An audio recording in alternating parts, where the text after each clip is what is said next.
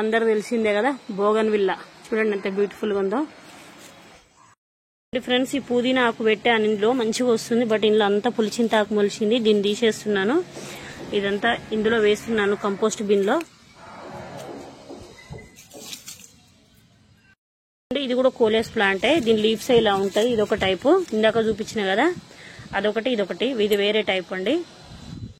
Garden లో దానిమ్మకాయలు కూడా ఫామ్ అయినాయి. ఇంకొక 2-3 డేస్ తర్వాత హార్వెస్ట్ చేద్దాం. ఫ్రెండ్స్ నిమ్మ చెట్టు చూడండి, చిన్న చిన్న బుడ్డి బుడ్డి నిమ్మకాయలు అయితే తయారవుతున్నాయి. ఇదిగోండి పూత కూడా ఉంది, చూడండి నిమ్మకాయలు చిన్న చిన్నవి తయారవుతున్నాయి.